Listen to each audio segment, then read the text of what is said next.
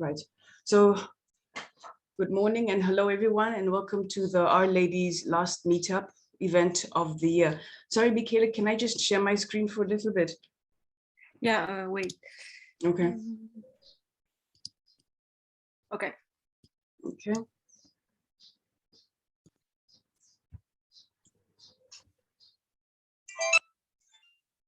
Right.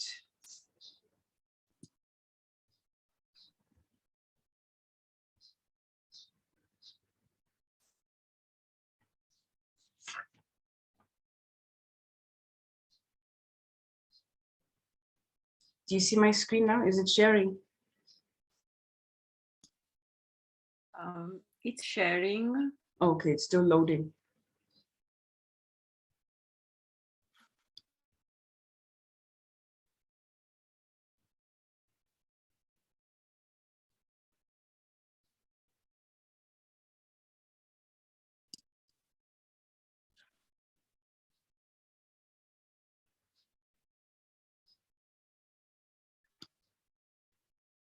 Do you see it, or is it still? It's black. I don't know. It's not there. Your Simisani has started screen sharing. Okay, it's then still. I can't see anything. It's black. Okay, it's still loading. Mm-hmm. Right.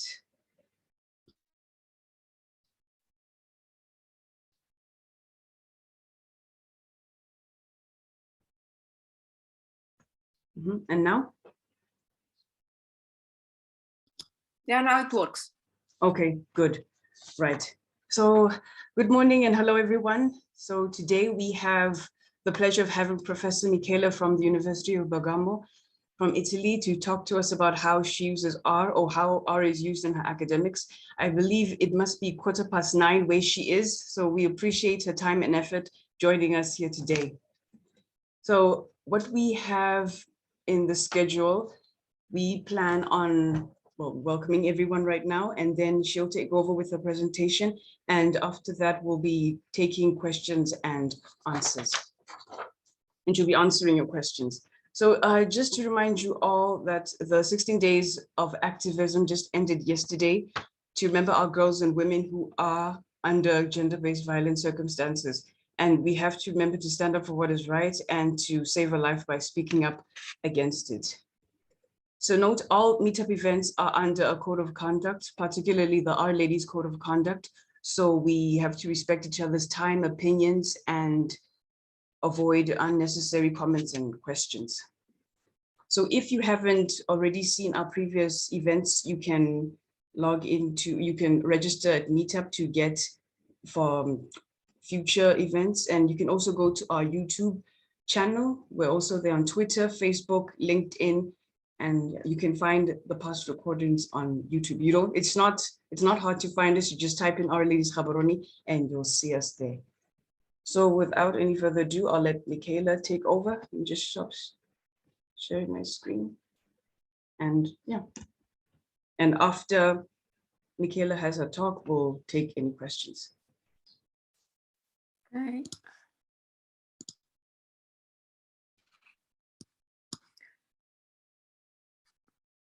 Can you see my screen? Yes, we see it. Okay, great. So good morning, everyone, and thanks for inviting me. It's really a pleasure to be part of this Our Lady initiative.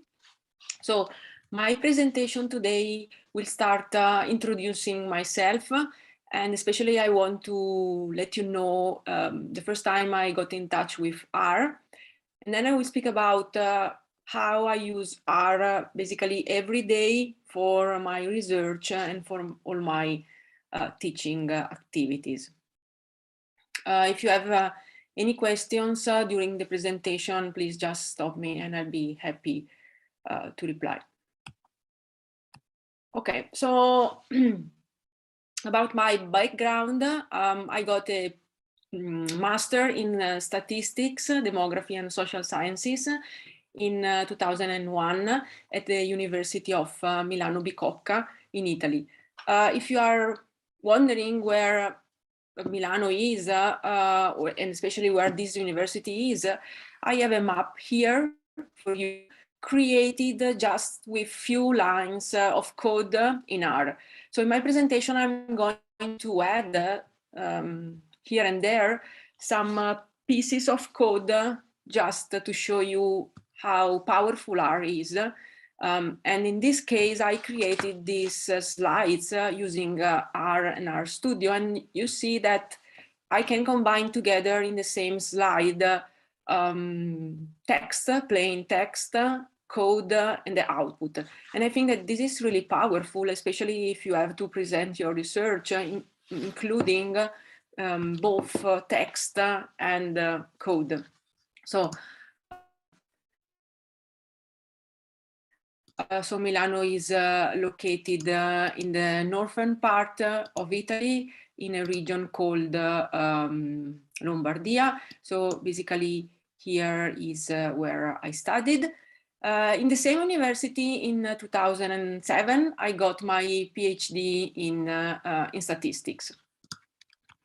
Then in 2008, I moved to another university, which is where I'm currently located, which is University of Bergamo. And again, from the map, you have now a new icon, the green one, placed where Bergamo is. So you can see that the 2 points, the 2 geographical locations are not that far away. And then since 2018, I am Associate Professor of Statistics at University of Bergamo. Yeah, so when was the first time I got in touch with R? It was a really long time ago. It was spring in 2003 during my PhD. I attended some lectures with Professor Yakus, which was until 2014 one of the members of the R core team. So it was really a pleasure to attend his lectures.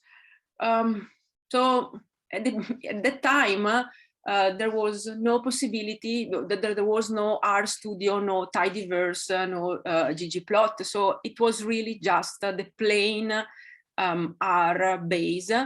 And this is the screenshot of the original R environment.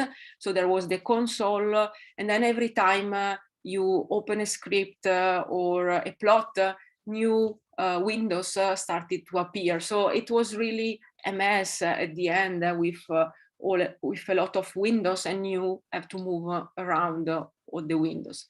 And also the code, okay, it's the original R code.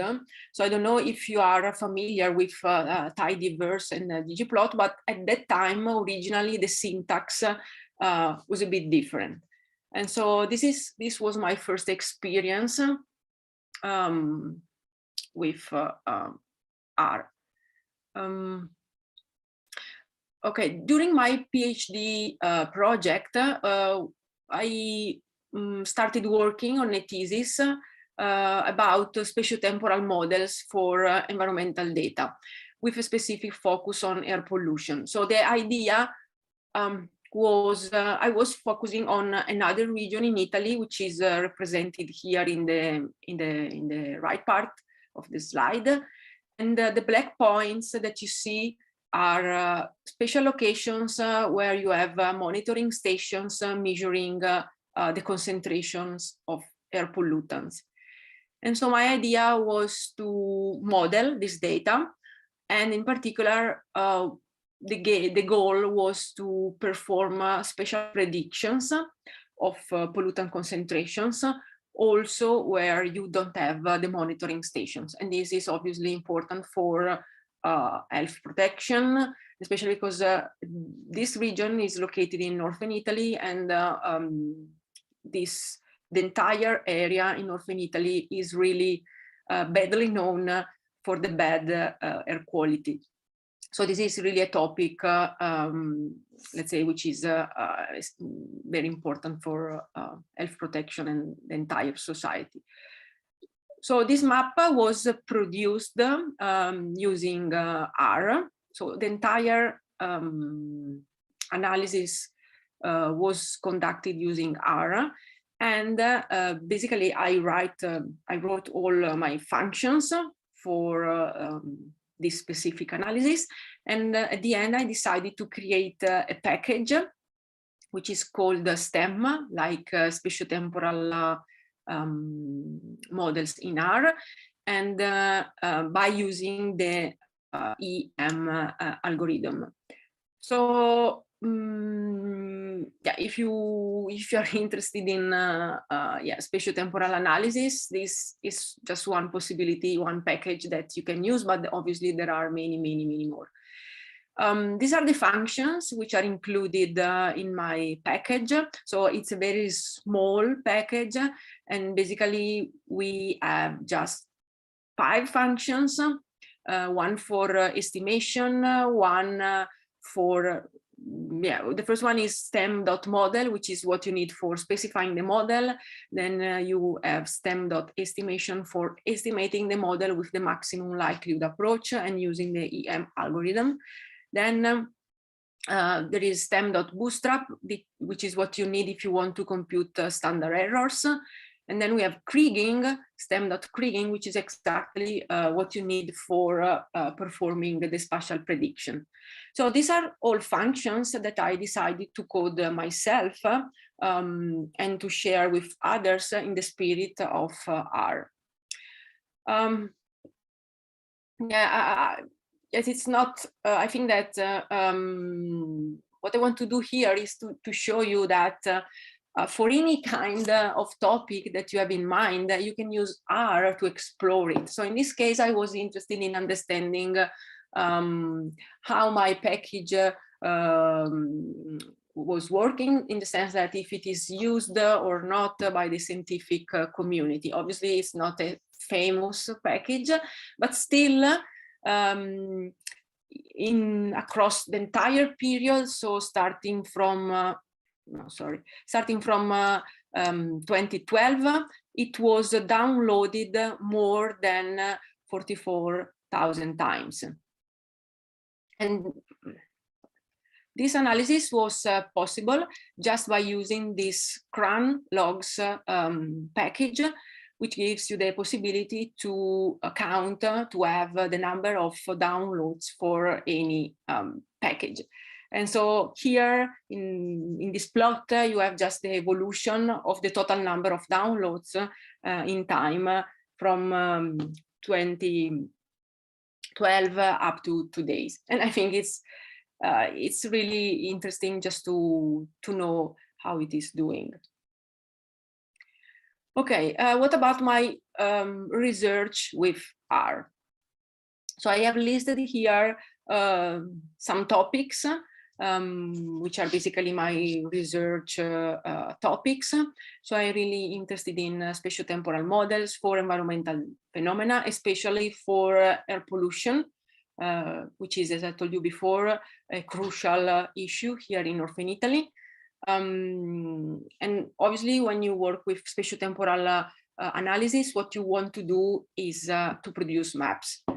And again, talking about air pollution, another topic which is extremely important is to link the air pollution data with the health outcome data. So we try usually to understand what is the impact of air pollution on mortality data or on hospitalization data.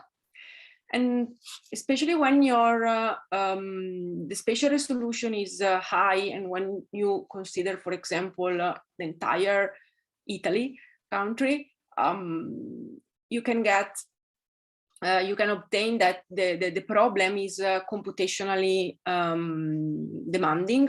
So in that case, we need to find computationally efficient solutions for our estimation. And recently, I started working with R-INLA, which is a computationally efficient solution for Bayesian analysis.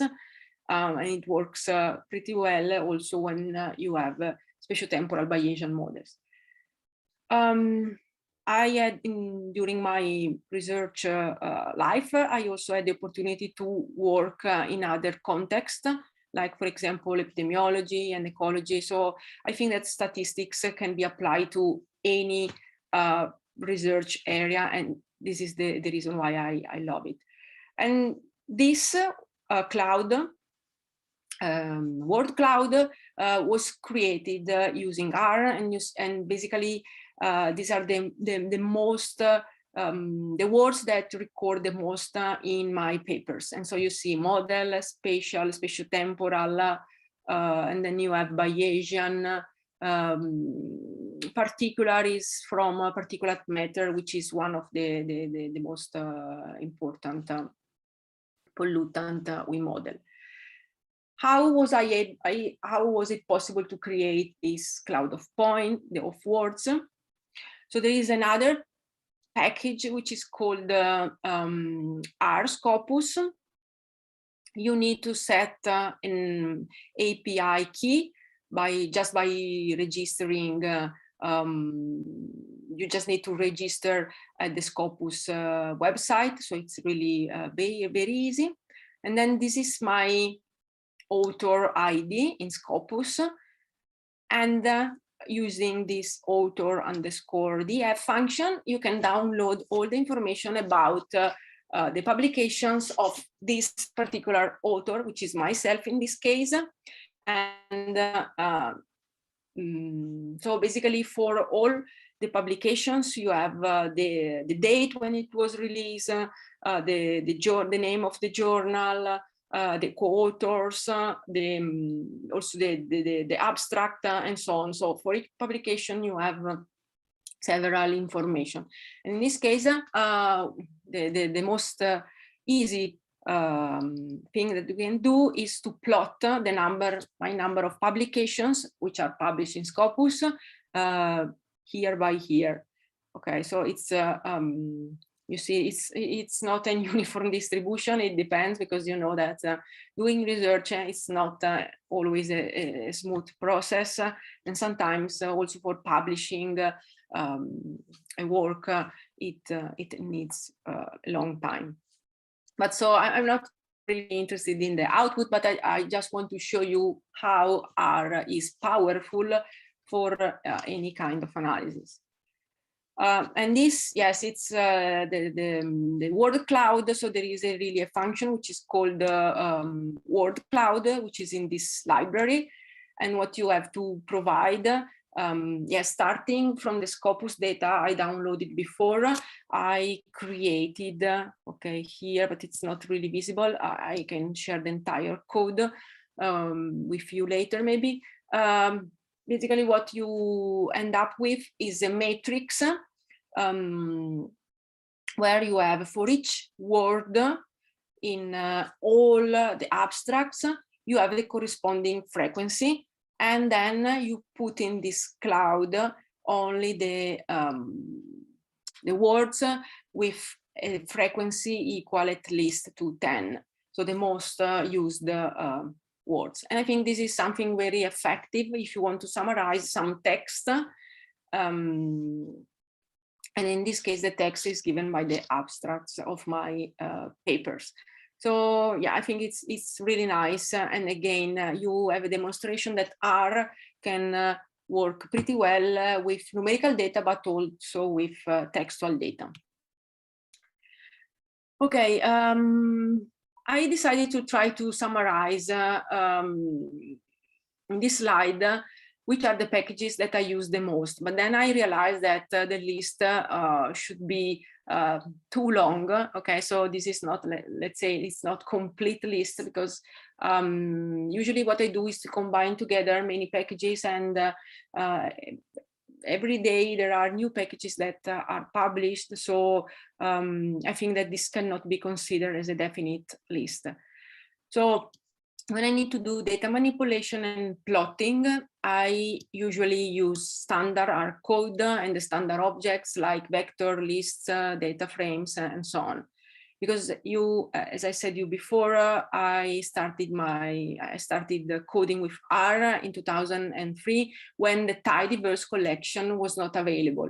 So I really have in mind the idea of starting with the standard R code. Then I realized that also all the functions which are available in the tidyverse collection of packages are very powerful. And so I had to learn how to use them. And at the end, what I do is usually to combine both the tidyverse functions and the standard R code. I think this is the best solution. And obviously, what the advantage of using tidyverse is that you have ggplot, which is able to produce very, very nice plots, which was not so obvious with the standard R code, because you know that the standard R plots are not as beautiful as the one you can get with ggplot. As I told you before, I do a lot of mapping, and there are a lot of packages for this, starting from RGDAL up to Leaflet, which is the one I use for producing in this presentation the maps at the beginning. Yeah, and again, what you usually do is to combine them, because maybe you can get a function from SP, another function that you need from SPDEP. So it's really yeah, a matter of finding what you need and to combine everything in your code. Speaking about modeling, as I told you, recently I've been using a lot R-INLA for Bayesian models, but also R-part for machine learning models like decision trees. But yeah, there are many more.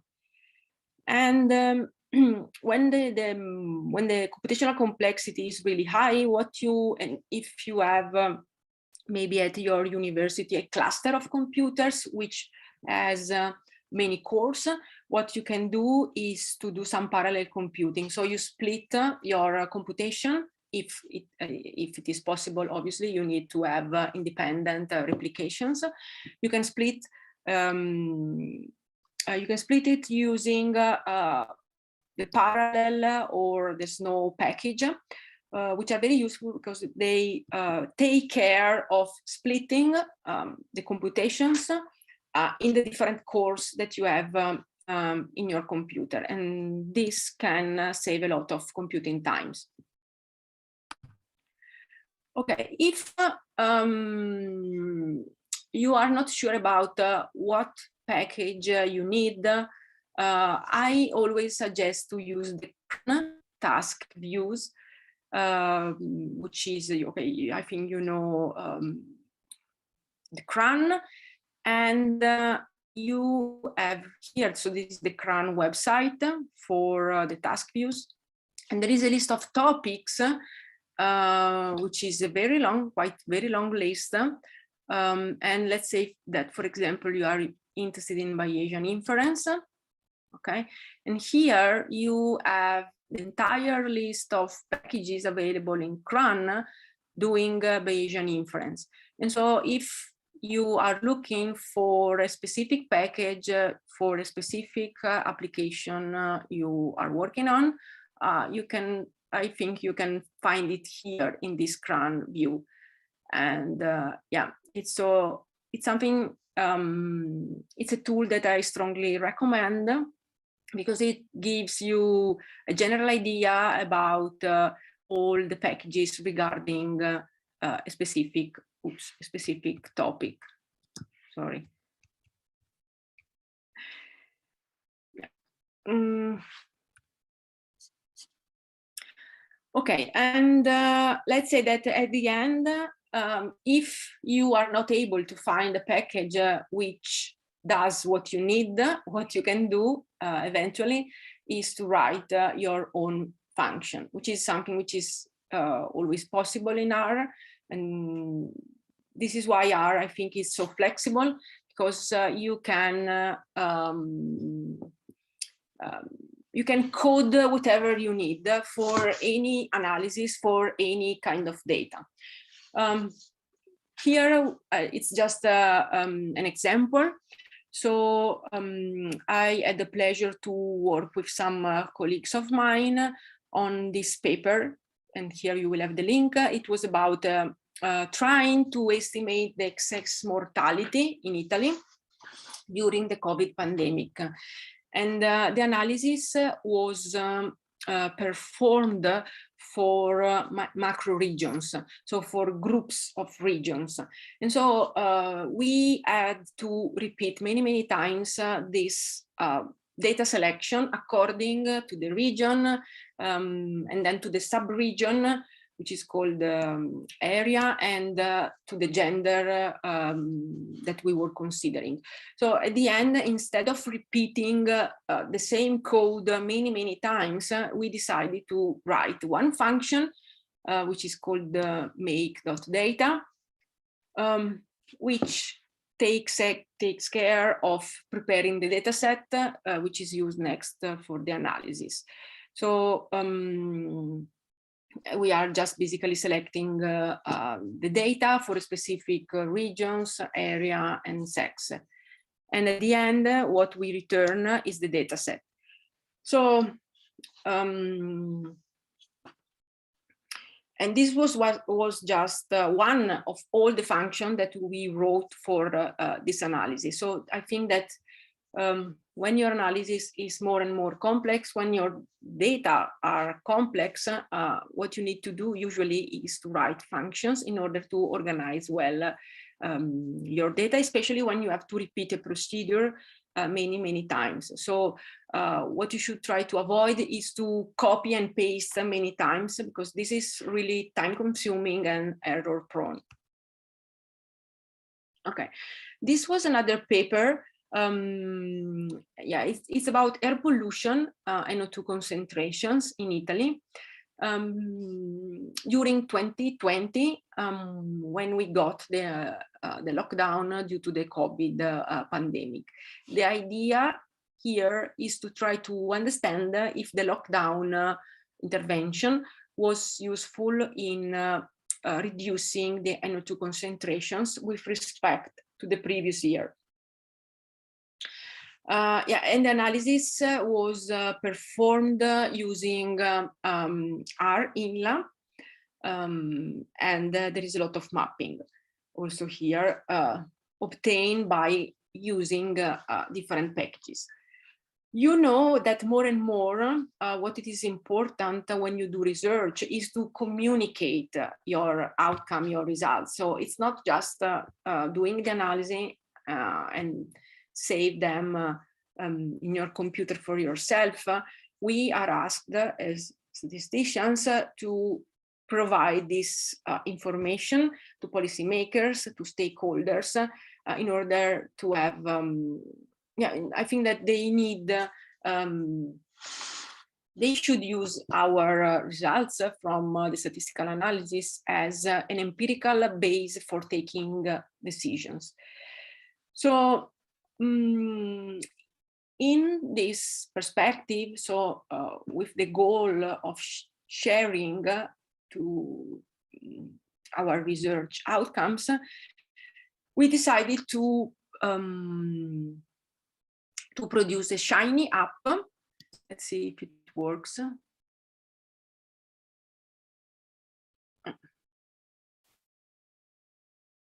Takes a bit. Okay. So this is the Shiny app related to the paper, which is called during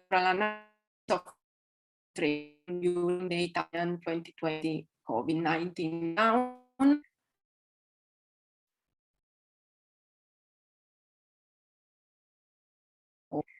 You red points, which are monitoring stations.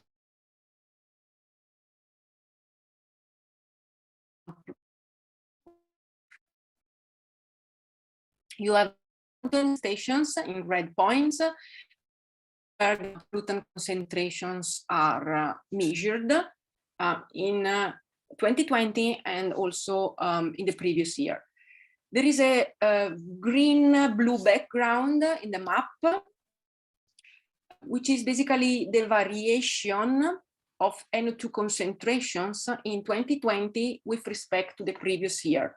And this is a model-based variation in the sense that it's not just a simple percentage variation, but it comes from a model where we also take into account meteorological factors, the geographical characteristics of the country, and so on. So you have a map, and this, because it's something where it is static, and yeah, it's not working very well. I think I have some problems with the network, but you will have the link later, and you, yeah, let's see. Yeah, for example, you select a station, the map, in this case, it's called San Lazzaro. And here you have the information about the station, where it is.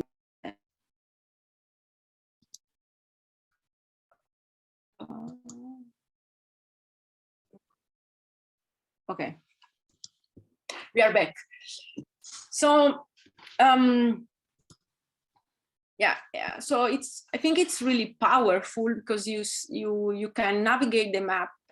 You can the map is always updated, because if new information are available about, for example, the stations, this application will be able to update itself. So I think that this new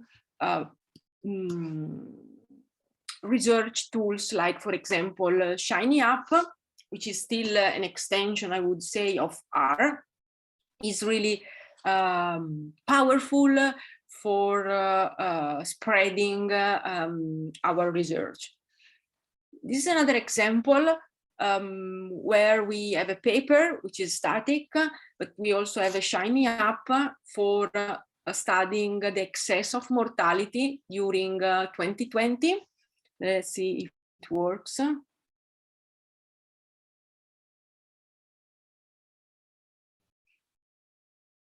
Yeah, it takes a while, sorry. Okay, so in this analysis, yeah, we have the paper. We have a lot of authors here from 5 countries. So we are considering Spain, UK, Switzerland, Italy, and Greece at the province level. So all the region, all the areas that you see here are at the province level. And the idea was to estimate the excess of mortality, so which can be attributed to the effect of the COVID. So you can, so you have a menu here on the left side, and you can do your selection. So let's say that we are interested in the relative excess of mortality. Yeah, we are interested in the median. Let's say that we want to focus on Italy only on males, sorry, females, because we are in the R ladies group. And yeah, let's consider only the most affected age class, which was 80 plus. And yeah, let's work at the province level.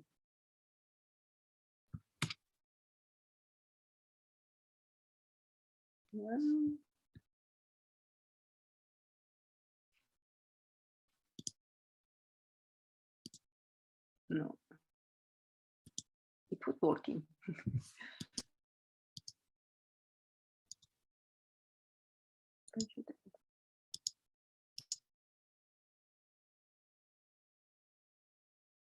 Let's see.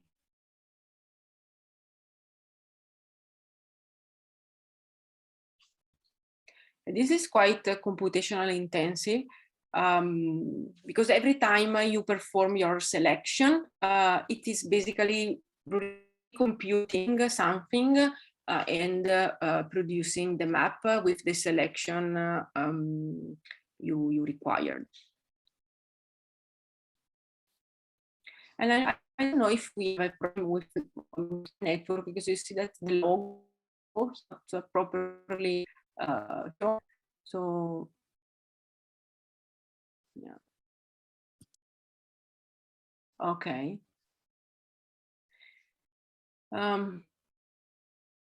So this should be the relative excess of mortality. It's the posterior median, Italy, females, and the age group 80 plus at the province level.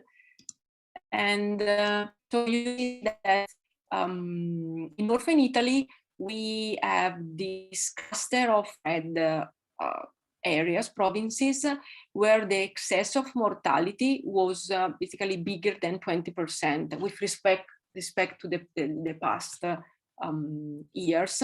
And this is basically given by the COVID effect.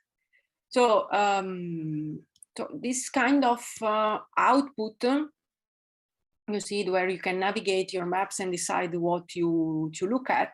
It's really, yeah, I think it's really, yeah, great, especially because here we have 5 countries, and it would have not been possible to include all these maps in the paper.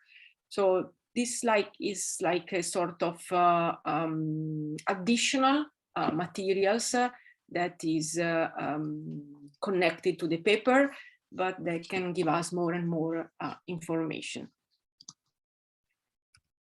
Okay, so this was just to give you an idea about my research. I do everything with R, starting from the very simple analysis to the most complex analysis by using functions and packages. And more recently, we started working with the production of this web app. I also use R for my this is just the list of the classes that I teach usually every year. I have coding for data science, machine learning for economics, starting, yeah, I also have this other course, which is quite new, which is machine learning for finance, and then probability and statistics for business and finance. I do my teaching activity in 2 departments, the one of economics and of management at the University of Bergamo. Usually my teaching activities are organized with 2 theory lectures every week, together with 1 lab using RStudio. So what I introduce, first of all, the theoretical concepts that I need, and then I want immediately to show my students how to apply the theory to the data. And so every week we have 1 lab. We use RStudio, and usually we do the coding step by step together. So at the same time, I write the code and they write the code together with me. And if they have problems, they just ask. So I think especially when you are at the beginning, it's good to do step by step, so that you can understand which are the most common errors. So maybe you forget commas, parentheses, and so on, and you can solve them immediately because I'm there with them. We usually use built-in functions. There are a lot because the packages are, yeah, there is a huge amount of packages for any kind of analysis. So with my students, we usually do not advance programming, in the sense that we don't write from scratch functions. We just use functions which are already available, but I think it's not really a limitation for the topics that I teach.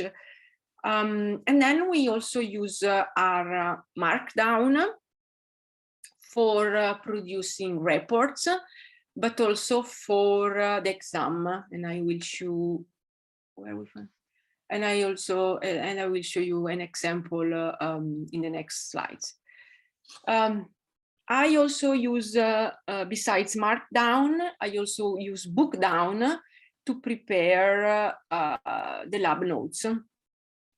So, for example, here, let's see if it works.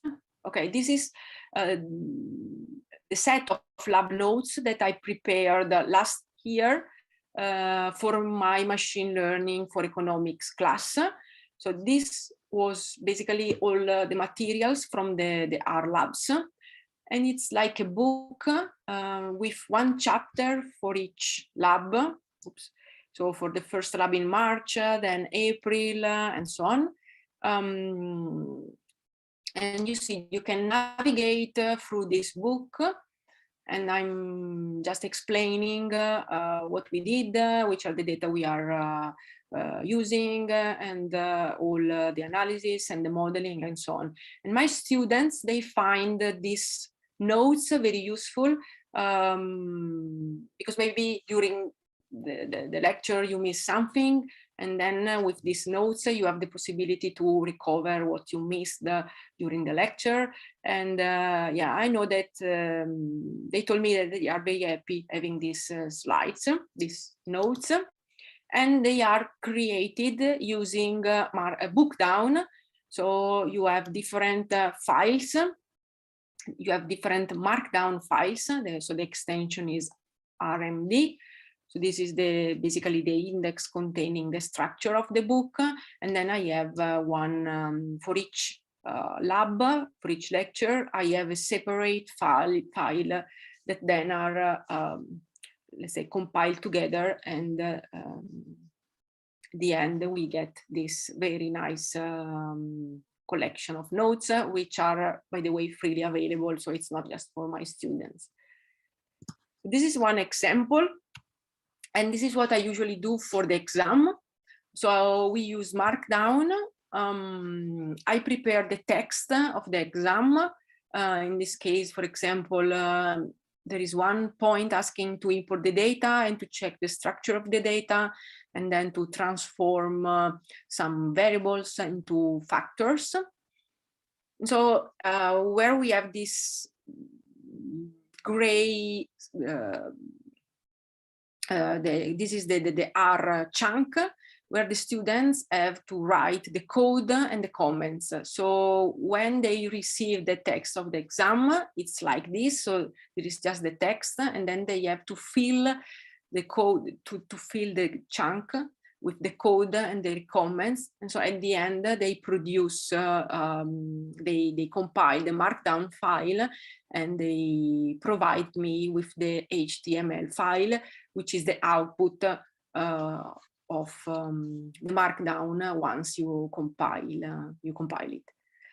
And yeah, and it's very effective because you have the possibility to combine in the same document your text with your comments and your code and your the output of your analysis. So it's something that it was not available, let's say 10 years ago, but now I am really happy of having this tool and to share it with my students. Okay, just to summarize, I'm definitely a R lover. I have been asked many times to start learning Python. Yeah, I think one day I will have to do it, but still when I have to start thinking something, I think with R code in my mind, okay, because it's easy for me. Yeah, it's really my standard approach. What are the, I think I don't have to convince you if you are here, but obviously I like R because it's open source, so you don't have to pay anything for having it.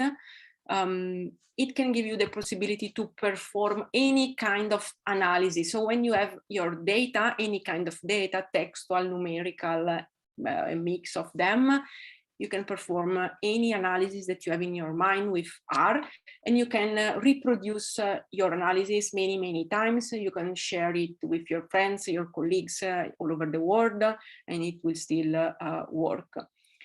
The new recent tools like the tidyverse collection, Markdown, and so on, I think they represented like sort of new revolution in the R community.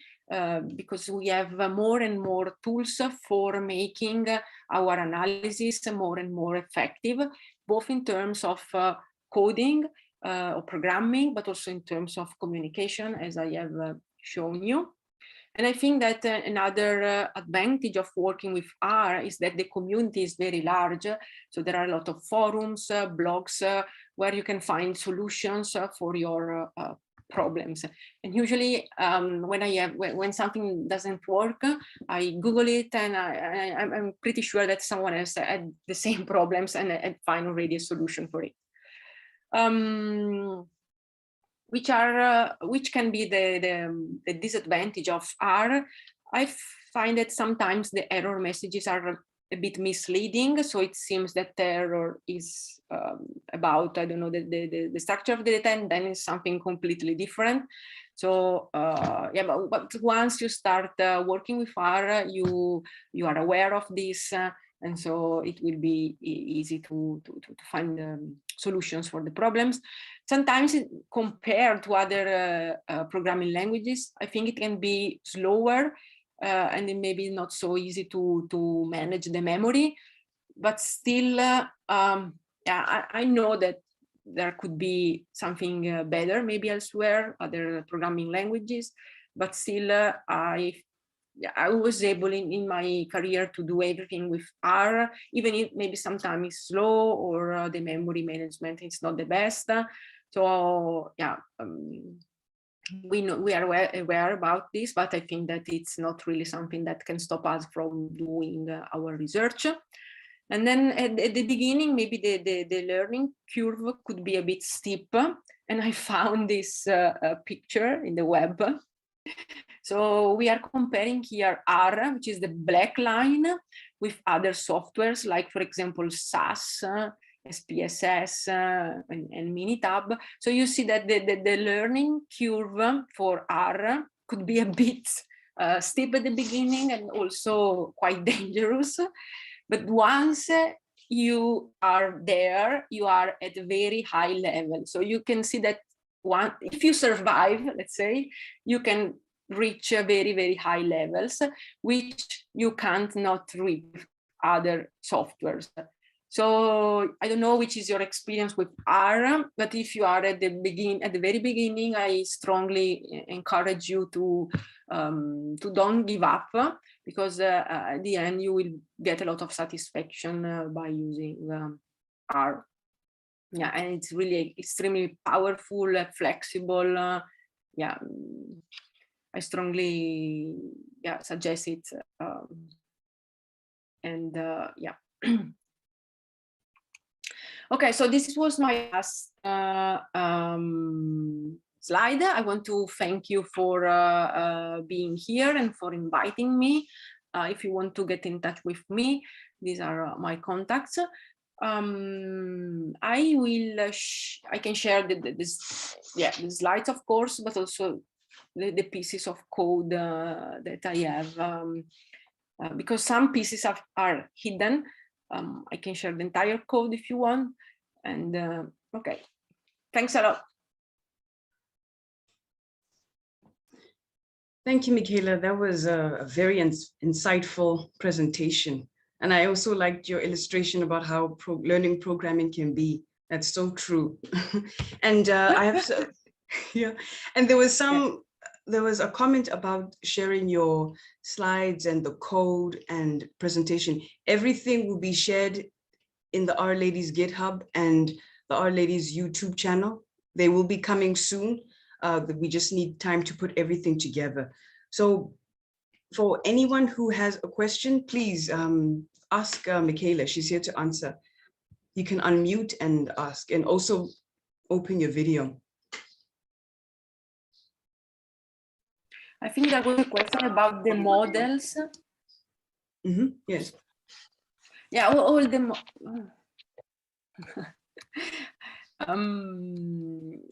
all the models are described in the paper. Okay. So there are the paper links. Yeah, we are basically using spatio-temporal models.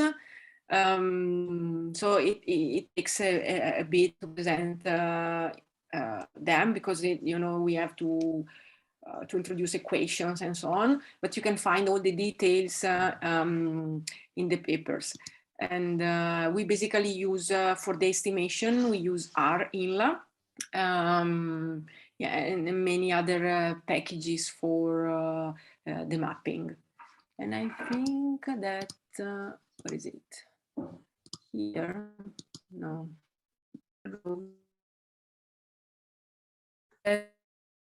For this application regarding air pollution, we are also in code. Or if it's not here, I think we have a GitHub page. Wait. Yeah, no. The data, yeah, the code, okay. Part of the source code of the spatiotemporal model is available through a dedicated GitHub repository. So you can have more information also from here.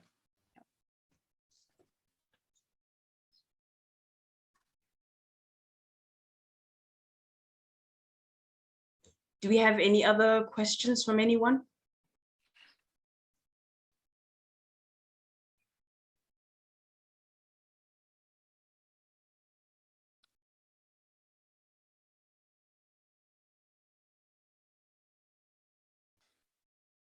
Okay.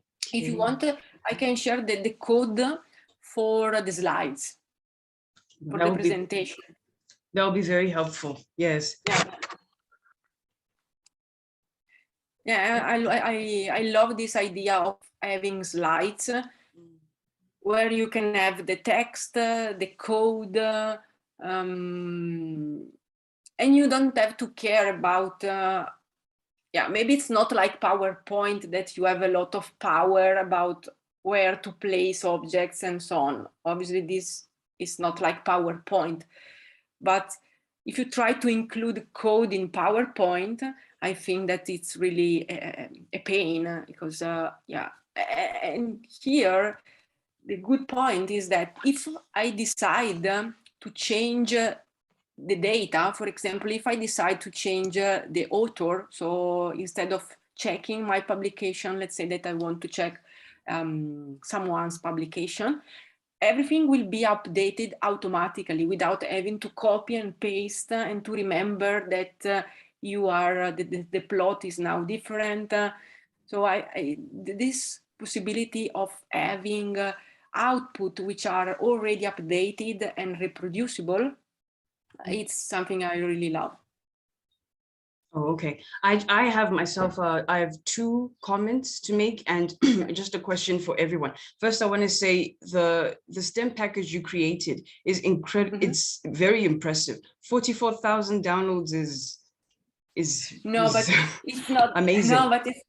No, but it's not that much, because if you check for more famous packages, they add millions of downloads. So I am happy, but yeah, if you compare my package with others, yeah, it's really a small one. But still, it's doing well. And your maps, when you were showing the excess mortality and the pollution rates, I was expecting to see Trieste on the map. I didn't see it.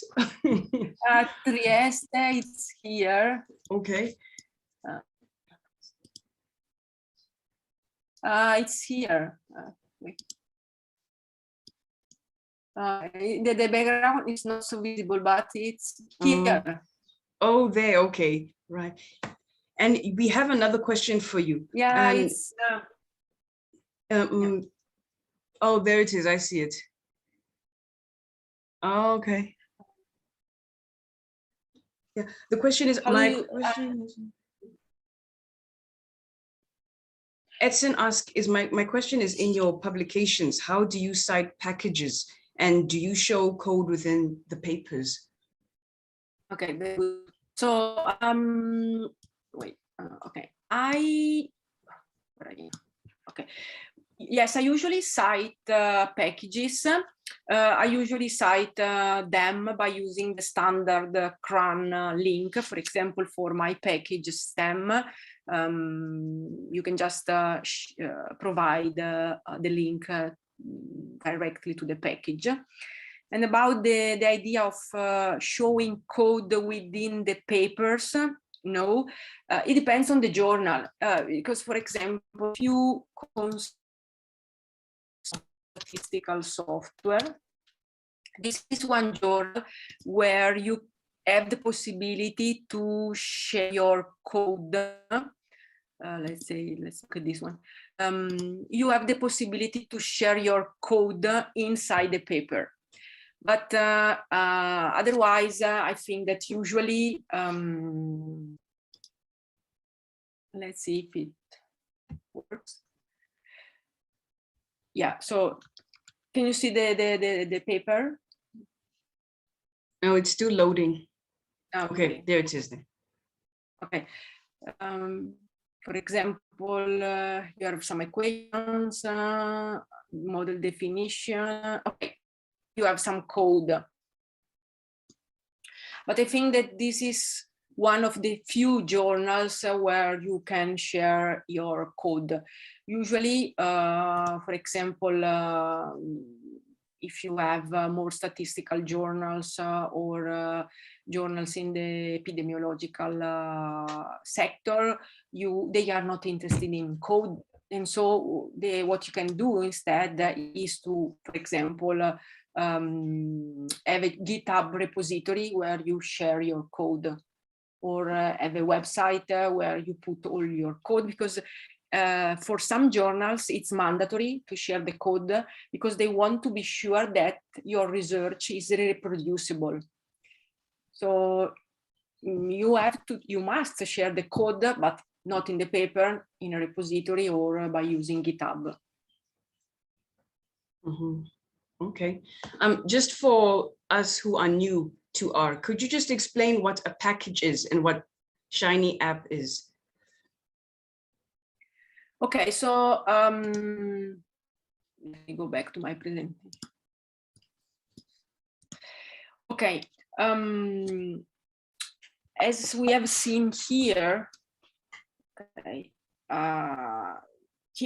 okay, I have created this function, which was not originally available in R. So in R, we have some built-in functions which are available from the base R release, but then maybe you need to do something different, which is not already available. So and maybe it's really specific for your analysis.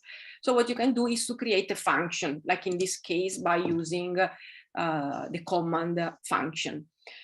Let's say if you have many functions that are specific for an analysis, like for example, in my case, here I have a function for the modeling, model creation, one for the estimation, one for the mapping.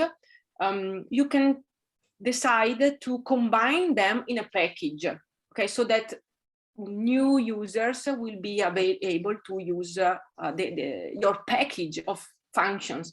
So a package is just a collection of well-organized and coordinated functions created by users. And if you install and load my STEM package, you will be able to use this function, these 5 functions, which are not originally available in the standard R release. These are like an extension, and obviously they have a description because they need some inputs, some specific inputs. So you can navigate the help pages in order to understand which are the inputs that you need to provide and which are the corresponding output that you will get when running these functions. So yeah, I think that then, in simple words, packages can be considered like extensions of the standard base release. Where can we access the student lab notes?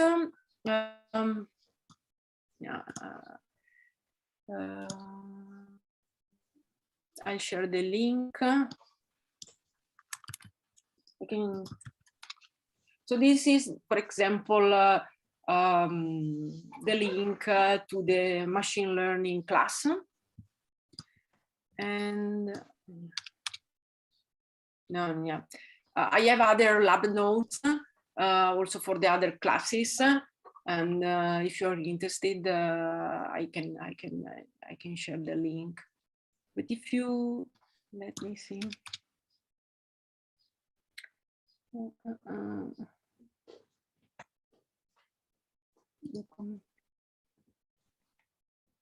No, because there are many in book down, there are many lab notes which are available, but I have link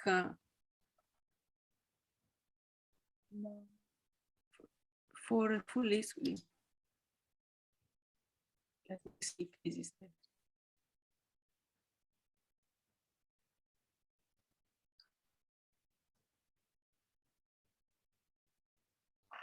This is a good starting point. So it's a list of freely available books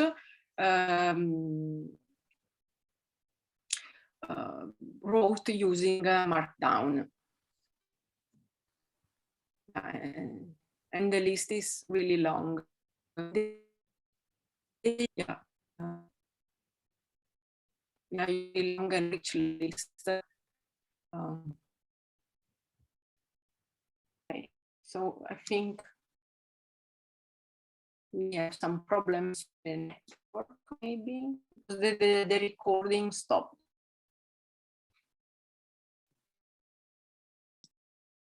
Okay. Yeah.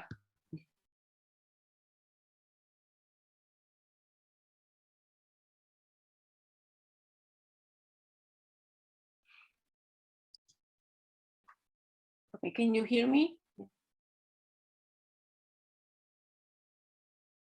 I can't hear you. Okay, I'm back. It was still in mute. Yeah, I think the recording is okay. Everyone will get the recording fine. Thank you, Michela. Do we have any more questions?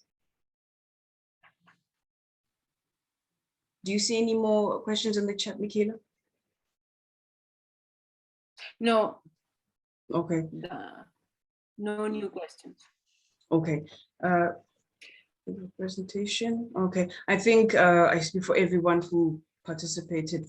Thank you for your time and effort, Michela. This is very insightful and extremely, I liked it a lot. I'm very impressed. So if you, like I said, you guys, the recording and the slides will be shared very soon, and we'll hope to see you in the next meetup. And Merry Christmas and Happy New Year.